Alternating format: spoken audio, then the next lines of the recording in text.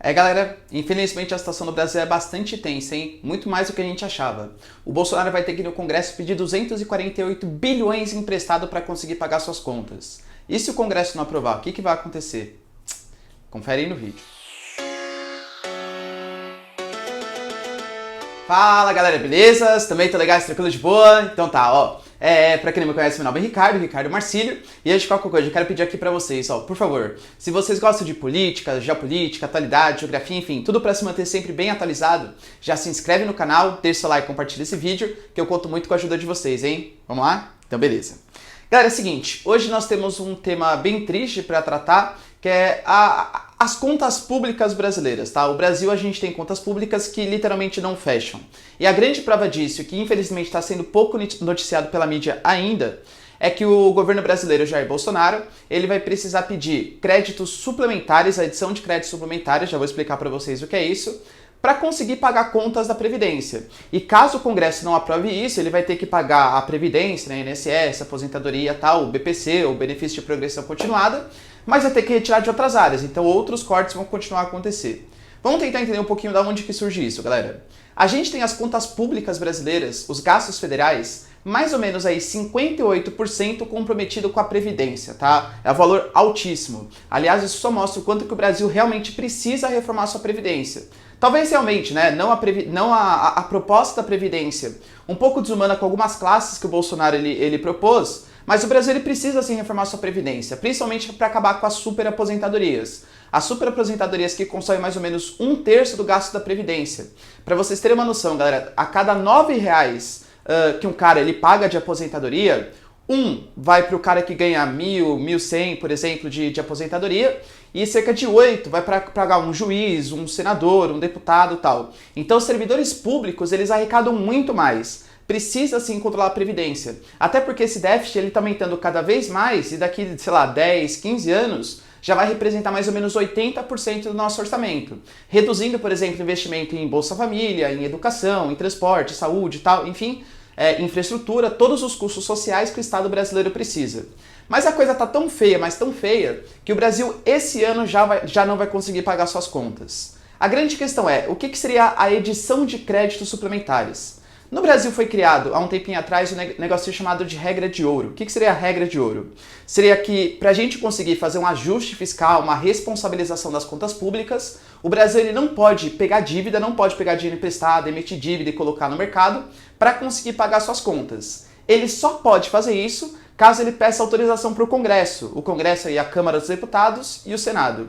Aliás, para quem não sabe, galera, o impeachment da Dilma, por exemplo, ele foi considerado um crime de responsabilidade fiscal, justamente porque a Dilma fez as famosas pedaladas fiscais e editou créditos suplementares sem autorização no Congresso. Esse foi o motivo, né, do impeachment da Dilma. Se realmente foi válido, se não foi, fica a seu critério, tá bom? Mas esse foi o crime de responsabilidade que ela cometeu. Ou seja, o Bolsonaro, obviamente, não pode cometer novamente esse crime de responsabilidade, que é editar créditos suplementares sem autorização no Congresso. Então ele vai ter que implorar para a Câmara e implorar para o Senado para, por favor, eles emprestarem 248 bilhões de reais. Só para vocês terem uma noção de grandeza de comparação, o Bolsa Família custa 32 bilhões, todo investimento em infraestrutura do país ao longo de um ano custa 25 bilhões, o gasto em saúde é de 104 bilhões, ou seja, basicamente, o dobro do que a gente gasta em saúde por ano. Vai ter que pedir, fala assim, por favor, ó, deixa eu emitir títulos de dívida pública para colocar na Bolsa de Valores e arrecadar um pouco de dinheiro para conseguir pagar minhas contas. Se o Congresso não aprovar, ferrou, a gente não vai conseguir pagar os vários custos sociais que a gente tem. A grande questão é, o Bolsonaro, ele se indispõe muito com o nosso Congresso, inclusive com o Senado e com a Câmara dos Deputados, por motivos bobos, por motivos de ficar querendo, por exemplo, a questão do decreto do porte de armas. É óbvio que o Congresso não ia gostar e ia se indispor com o Bolsonaro. Por quê? Porque mudar a legislação de uma maneira tão forte, como ele fez o decreto... Perdão, galera. Como ele fez o decreto de porte de armas, é uma coisa assim que desautoriza o Congresso, ele vai contra o Estatuto do Armamento. E isso, claro, vai sempre jogando ele contra o famoso centrão ali, né? Tanto do Senado como da Câmara dos Deputados. Então, alguns senadores, por exemplo, Rodolfo Rodrigues, já anunciou que ele é contra a edição de créditos suplementares. Porque isso vai mostrar para o mercado internacional que o Brasil está com as contas públicas desequilibradas, mostrar ao mercado interno que a gente não consegue pagar nossas contas, o dinheiro vai mais caro, vai subir a taxa de juros, uma série de desequilíbrios econômicos. Realmente eu acho que vai ser aprovado? Eu acho que vai porque é uma medida urgente. E convenhamos, os deputados não querem ter na sua pecha, né, no seu histórico, a negação de dinheiro para pagar, por exemplo, benefícios sociais para a população. É bastante antipopular isso aí.